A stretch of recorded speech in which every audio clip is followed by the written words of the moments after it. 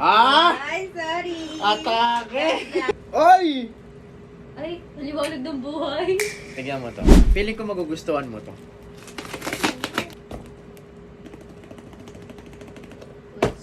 Sobrang kailangan ko to. At baka kailangan mo din to. Kanet. Vanity mirror. Vanity! Ay. Oh! Ay, ang bigat. Ano nga? Uy, gagi. Ang bigat? Ang bigat? Ito yung pamunas niya. Tapos ito yung charger. Type-C. Oh, meron yan. Boom! Wow. Hindi nga napagawa din. Excited din siya. Kasi natuwa ako. Ha? Natuwa ako sa itsura niya. Ay! Na-adjust pala yun.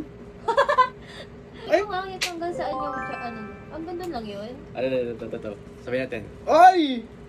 Ay, maliwanag ng buhay. Unwrapping yun. Ooh! Ako to? Nakakita kang tsaka. Hindi. Ang ganda ko nga eh. Tingin nga. Ako to? Pag ako tumingin, Okay, ikaw. mas maganda ako. Ah! Ay! Wow! Ganun Ang pa rin. ganda! Oh my God! Guys, ang ganda oh. Bag. Sobrang portable niya. Sobrang handy niya. Ay! Oo, tumugera. Ay! Atake! Ang linaw ng salamin. Eh, mas malinaw po to sa salamin ng SM. Ang ganda! Maganda sa'yo.